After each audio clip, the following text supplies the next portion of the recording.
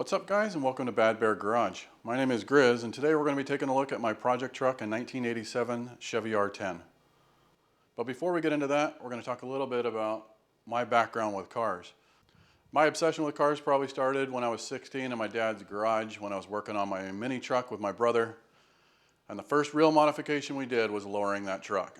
And that one single event sparked the next 20 years of just doing simple modifications to my own cars. I've had something along the lines of 30 cars in my time.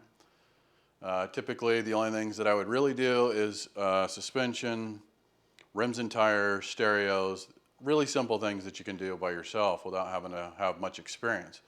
I don't have any automotive background beyond that. I've never been to mechanic school. I've never taken any classes on it. It's all just been by doing, and that's how I learn the best. I hope that by watching someone who has less experience working on vehicles that we can all learn something together. Because there's very talented people on YouTube doing videos of how to do things, but when you get in the garage and start doing it yourself, things are a lot different when you don't have that kind of experience. We're gonna make mistakes here, and it's all about learning from those mistakes and then continuing to move forward. I am a very hands-on kind of guy. That's how I learn best, is by getting in the garage and doing something. Or when I started learning computers, the first thing I did was just get two computers and make them talk together. That was my first experience. So you may be able to learn just by reading a book, but I've always found that getting in there and doing it yourself and actually doing the work is the best way to learn something. And that's where the R10 comes in. This truck is simple enough that it doesn't have a bunch of electronics controlling everything, that we can start to learn from the basics. I got a lot of plans for this truck that are going to take me outside my comfort zone, but we got to start somewhere. So now that we got that out of the way, let's talk a little bit about the R10 and how this thing came to be. I was on the phone talking to my buddy James about what I wanted as a project truck for the YouTube channel.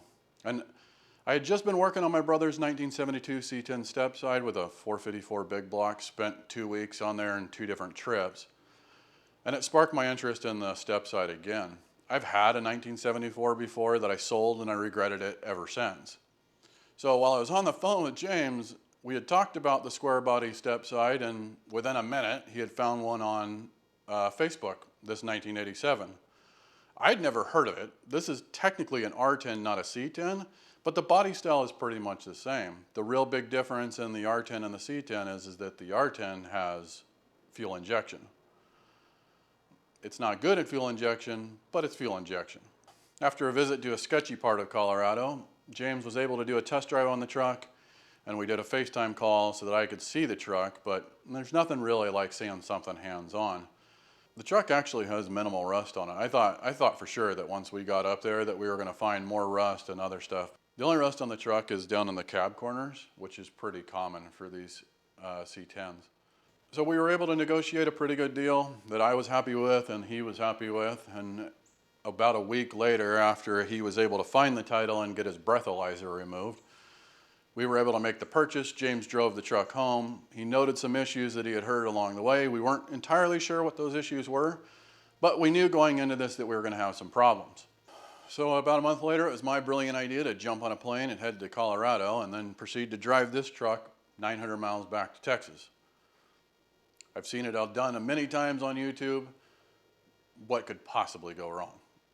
So we spent about 3 days thrashing on this truck, trying to get it ready, fixing the issues that we found and that we knew needed to be fixed before we could drive it back. You're going to see all that in the video. We didn't record as much as I would have liked to. It's a lot more difficult to film when you're remote, when you're not set up for it and it's your first time doing it. But we did the best that we could with what we had. So the plan was always to have James follow me down in the truck just in case something broke and we had to tow it back. So with all that out of the way, let's get into the video and you can see what we went through to get this thing ready. And then after that, we'll come back and we'll talk about what's next for this. All right, so we're in Colorado, my buddy James's place.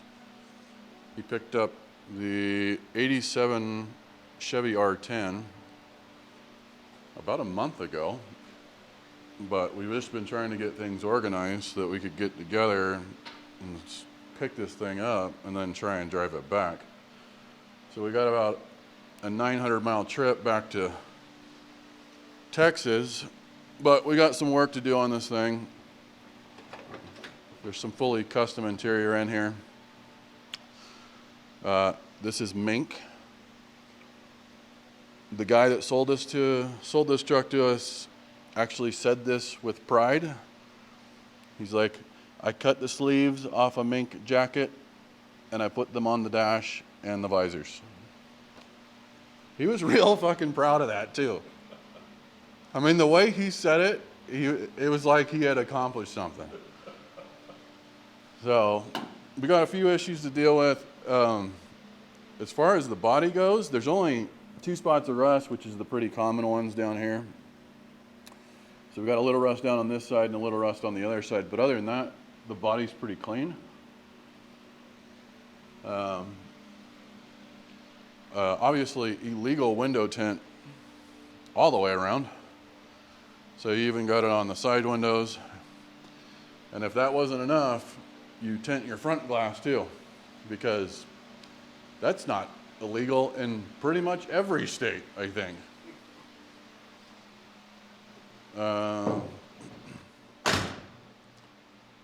So we do have an issue with it stalling out at stoplights after it's been running for a little bit, but it fires right back up. And then we have a weird random rattle that we're going to chase this morning to see if we can't figure out where it's coming from. Tires are all completely bald, so we'll get those replaced before we leave. We got the super custom mud flap on the front. And then this has the, oh yeah.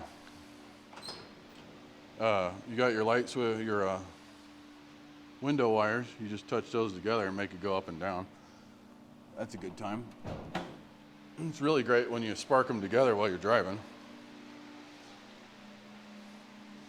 And then we have the 350 in here, which the R10 is a weird one. If you talk to people about it, almost nobody knows what it is. And it's basically just a C10, but with fuel injection, which it's TBI, and I'm fairly certain most people hate. So we got some stuff to do on this, but overall the truck is really clean. There's some really sketchy shit as far as suspension goes. They heated the springs on the front. They removed damn near every leaf in the back. And so there's one leaf back there with the heavy duty leaf, and then the shocks are free floating because somebody drilled out the hole from what we can tell. We're not really entirely sure, but the shocks in the rear are doing absolutely nothing.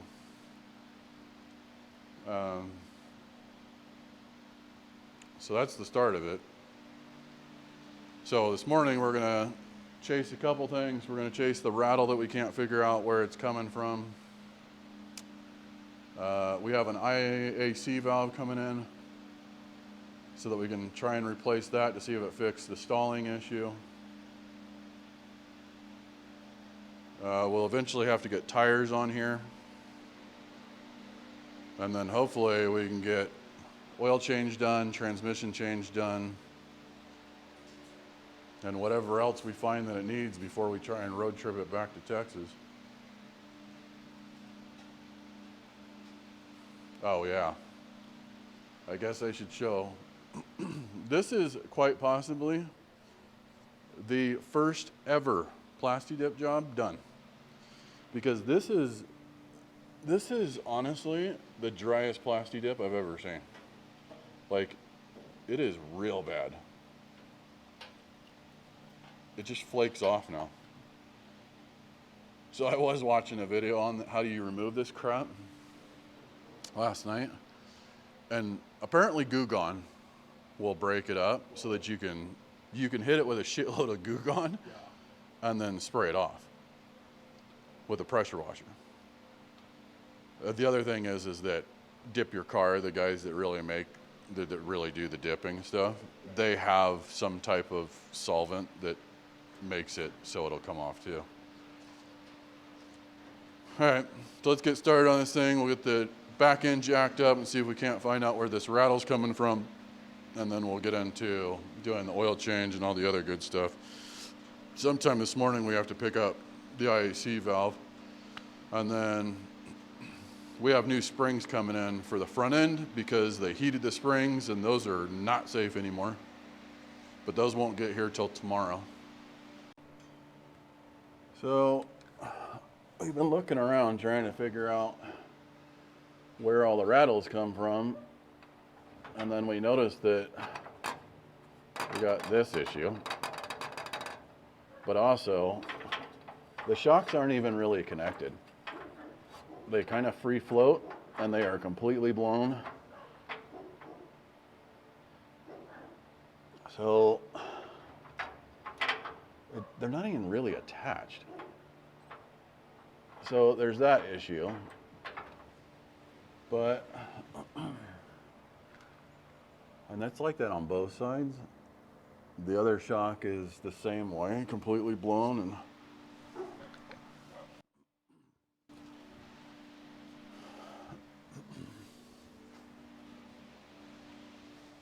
And the exhaust is a complete mess. I'm not sure who did those bends, but they're not great. And then while we were down here, James found this. And we think this is actually what the rattle is. But if you look close enough, I don't know what they were doing. But somebody cut this and then welded it together.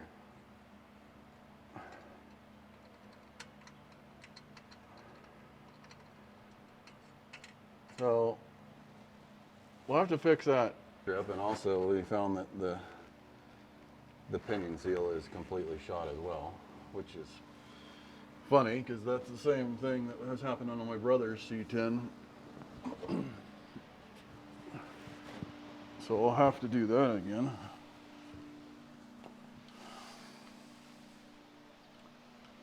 So I mean, at least I think that's what the rattle is. It's probably a leaky candidate right now. Yeah, I can't think of anything. I mean, it could be the shocks, because the shocks are rattling around too. So we'll probably pick up the set of shocks from O'Reilly and just try and mount them better than what it is there. Assuming I can even get the damn shocks off. Yeah. Because they're just kind of free floating there. Who knows how rusty. You know what else we need is some penetrating fluid. So we can spray some of these bolts. Try and make it easier to get some of this shit undone. But I think that addresses that problem. We know what the rattle is, I'm fairly certain. So now what we'll do is drop the ass and then put the front up and do the transmission and engine fluid.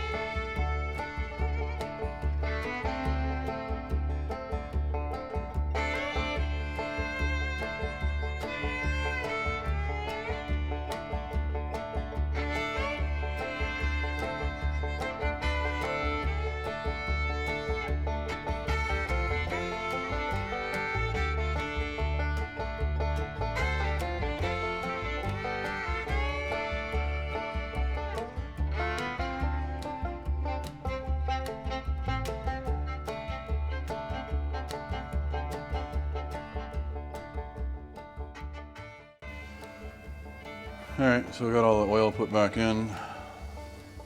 Well, most of it. I put in like 3.5 quarts. And then we'll drop it down and check it and make sure and add more as needed. We got a new cap. So we can put that back on. So I'll check underneath, make sure there's no leaks, and then we can drop it back down.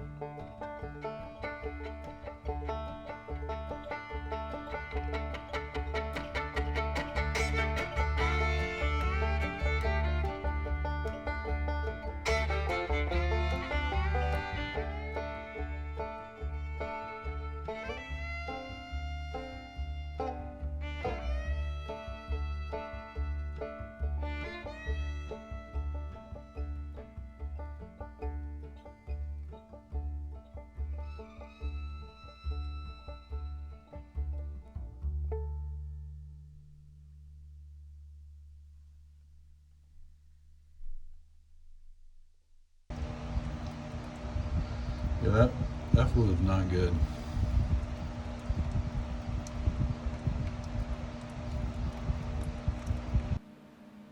Okay, so the new yoke is back on, drive shaft is bolted back on.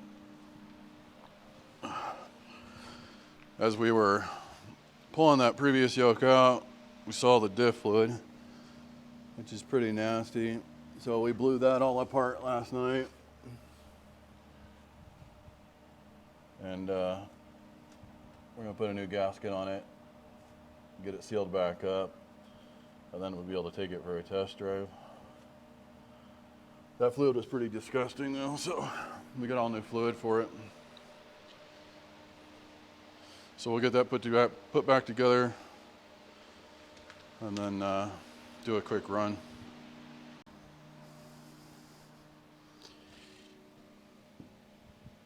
All right, so new springs came in yesterday, and that's what one of the old ones looked like. And that's pretty much why you don't heat springs, because it just doesn't work right. So we blew this side apart and put in the new spring. Things look a lot better now. But we still have this side to do. So we're gonna blow this side apart and get that new spring back in. And then we've had to do a bunch of stuff on the engine. The EGR valve was bad. The IAC was bad. We have a new, the TPS sensor got replaced. We bought a new water temperature sensor. And then I did buy new spark plugs because this thing was running so rich after we put in the EGR before. We ended up getting the wrong one. It had the wrong size holes in it, and it was actually choking out the engine, so we had to go back and get another one. And so that fixed a lot of the problems. We did put a new O2 sensor in, but it's still complaining about the O2 sensor now. I don't know why. And it's also complaining about the speed sensor. But unfortunately, nobody has those speed sensors here locally. So we're just gonna have to put the old one back in and then kind of deal with it. But took the whole dash out. We'll have to put that all back in before we leave. But we took it for a test drive earlier and it's running a lot better than it was before. So we'll get the suspension done, get the dash put back together, and then do another test drive before we make the trip home tomorrow. But it rides a lot better, it runs a lot better, and will be a lot safer once I get that last spring fixed on that side. So we'll get that all done and then update after that.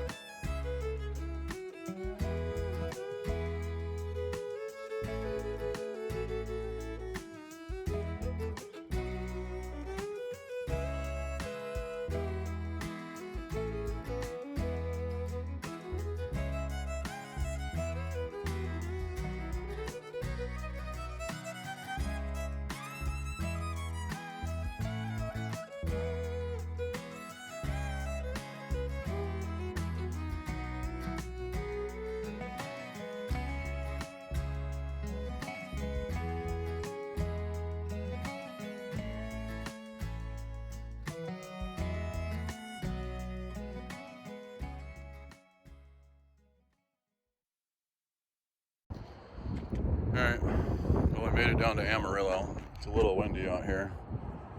That was a rough, hot, windy, bouncy ride. But we made the first half of it. We got about another 474 miles tomorrow to get home. The truck did well, no overheating, no issues. It did develop a leak at the last gas station. It looks like it's coming from the backside of the engine, so maybe rear main seal or something. I'm not sure. We're gonna check it in the morning, see if it needs any oil. We'll put oil back in it. But other than that, I mean, we shot down here at average of 70 miles an hour. It was getting about 16 miles to the gallon. So it did well. All the changes that we made definitely helped. But we got another long day ahead of us tomorrow, so we're gonna get some food, get some sleep, and we'll get back to it tomorrow. All right, so day 2 of the trip home. We got the truck fired up this morning. Checked the fluid in it. We lost about half a quart, so we're gonna add that back in this morning. And then I had a chance to look at it, and it looked like it has some Edelbrock valve covers on it. They have the Titan nut in the center of in 4 spots, and the passenger side where it looks like most of the oil is coming from that side. So when I grabbed the nuts to tighten them, most of them were loose. So I tightened them down. Hopefully that was what the issue was. So I got it warming up now. James is headed down, and we'll get the Escort monster truck going, and then we'll hit back on the road. Another 7 hours and we should be home.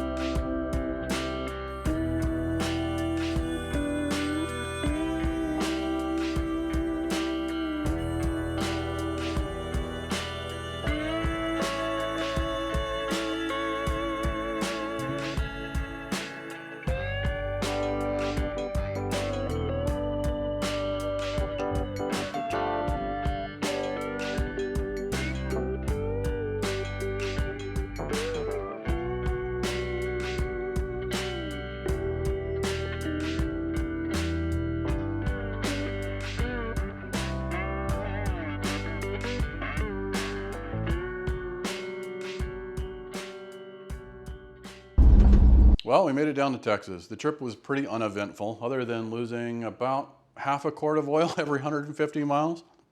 That was about the worst of it. We knew that the suspension was pretty jacked up, but man, when you hit some bumps, this thing will make a left turn into Albuquerque, whether or not you want to or not. It was pretty sketchy at times, but overall the trip went really well. So now the question is what do we do with it from here? Well, the first thing we got to start with is it needs a bunch of stuff to pass safety inspection in Texas. First of all, we got to remove this window tint. I don't know where this is legal other than maybe Arizona, but even the front windshield is tinted, as we've talked about before. So we got to get all that peeled off. Both mirrors need to be replaced, and we need to add a rear view mirror. We also do need to add seat belts, which my wife wasn't super thrilled about hearing that we drove all the way down here without seat belts, but it is what it is. And then we need to fix the horn so that we can get this past inspection. The other thing that we have to check is make sure all the lights are working, and that stuff is all pretty simple. So that's where we're going to start, is just getting this thing to pass inspection so that I can get it registered and legally drive it in Texas. Once we get through all that, then we can start looking at why this thing is leaking so much oil and where it's actually coming from. I'm not entirely sure. I believe it's coming from the valve covers, but I haven't been able to validate that yet. As far as I can tell, it may be coming from the rear main seal as well, but that's something that we need to dig into as well. I would like to do suspension on it and get that sorted out because the suspension is very sketchy. But with that being said, we do need to get through all the stuff for the safety inspections first, and that will come in the next video. I do need to take a minute to thank my buddy James for going through all the trouble to pick this thing up, to purchase it, to help me get it ready, and then to follow me all the way down to Texas and drive all the way home and 2 days later. And for all his help, I couldn't have done it without him. I do need to thank his wife Brenda for letting us thrash in their garage and make a giant mess and feeding us along the way. And then finally, I need to thank my wife Lori, who supports all my insane ideas no matter what they are and is there with me every step of the way.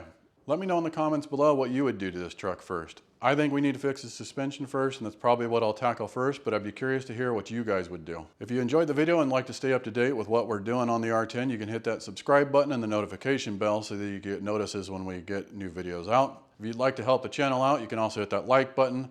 That's always super helpful and appreciated. And I think that about covers it for this one, so we'll see you in the next one.